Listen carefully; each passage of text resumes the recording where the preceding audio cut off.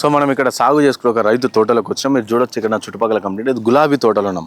ఈ గులాబీ అనేది సెంటు గులాబీ అంటారంట. ఈ సెంటు గులాబీని వీళ్ళు ఇక్కడ నైట్ నుంచి ఎర్లీ మార్నింగ్ వరకు అంటే రాత్రి 12-1 గంటల నుంచి మబ్బుల 3-4 గంటల వరకు డైలీ తెంపుకుంటూ ఇక్కడ బస్సాలను నింపుకొని ఇక్కడ గుడి మల్కాపూర్ అనే మార్కెట్లో వీళ్ళు తీసుకొని అమ్ముతారు. సో ఈ విధంగా అంటే ఇక్కడ తోట ఉంది అండ్ అక్కడ చూసుకుంటే ఆవులకు సంబంధించి బర్రెల షెడ్ ఉంది అండ్ దాని పక్కన మామిడి తోట కావచ్చు లేకపోతే కొబ్బరి తోట ఇట్లా కంప్లీట్గా ఉన్నాయి. అంటే ఈ ప్రధానంగా మేము వీటిపైనే ఆధారపడి ఉన్నాం. ఎలాంటిది ఇప్పుడు బతుకుదేరు పైన కొడితే ఏ విధంగా అని చెప్పేసి ఇక్కడ రైతులు అంటున్న పరిస్థితి. కాబట్టి మీరు చూడొచ్చండి పువ్వులు ఏ విధంగా ఉన్నాయి. ఈ విధంగా అంటే ఈరోజు హైడ్రా అధికారులు వస్తున్నారు. సుమారుగా వారం రోజుల నుంచి మేము దీనికి సంబంధించి నిరసన తెలుపుతా ఉన్నాము. ఇక్కడ మా భూములు తీసుకుంటున్నారు అని చెప్పేసి మేము ఎన్నోద్దులుగా సాగు చేసుకుంటే మా భూములు తీసుకుంటున్నారు అని చెప్పేసి రైతులు ఆందోళన చేస్తున్న నేపథ్యంలో ఇక రైతులందరూ ఇక్కడ ఈ తెంపలేరు ఈరోజు అంటే ఇదే భయాందోళనతో మేము ఉన్నాం.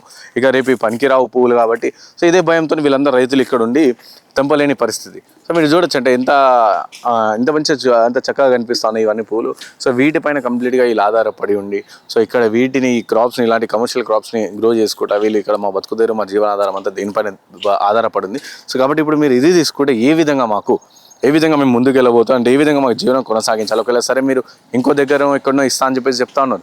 సో ఓకే ఎక్కడైనా సరే ఇక్కడ చుట్టుపక్కల నియర్ బై ఇస్తే బాగుంటుంది అని చెప్పేసి వాళ్ళు అడుగుతా ఉన్నారు. ఎందుకంటే 500 గజాలు కావచ్చు లేకపోతే 500 నుంచి 800 గజాలు ఇస్తామని చెప్పేసి చెప్తారు. కానీ ఎవరు కూడా అధికారులు మా దగ్గరకు రాలేరు, వచ్చి మాకు చెప్పలేదు ఇస్తాము ఇయ్యము అని చెప్పేసి ఎలాంటి కూడా అంటే డైలాగ్ అండ్ డిస్కషన్ జరుగుతలేదు. సో అందుకని మేము ఎవరైనా సరే అధికారులు రావాలి వచ్చి మాట్లాడాలని చెప్పేసి మేము ఇక్కడ కోరుకుంటున్నామని చెప్పేసి ఇక్కడ బహదూర్గూడలో ఉన్న రైతులందరూ కోరుకుంటున్న పరిస్థితి. కాబట్టి చూద్దాం మనం ప్రభుత్వం దీనిపై ఏ విధంగా చర్య తీసుకుంటుంది. ఇప్పటికైనా సరే ఈ రైతులకు ఏదైనా సరే నష్టపరిహారం కలిగిస్తారు లేకుంటే ఇది ప్రభుత్వ భూములే కదా అని చెప్పేసి సో ప్రభుత్వం ఆధీనం చేసుకుంటా అని చెప్పేసి వేచి చూడాల్సిన అవసరం ఉంది.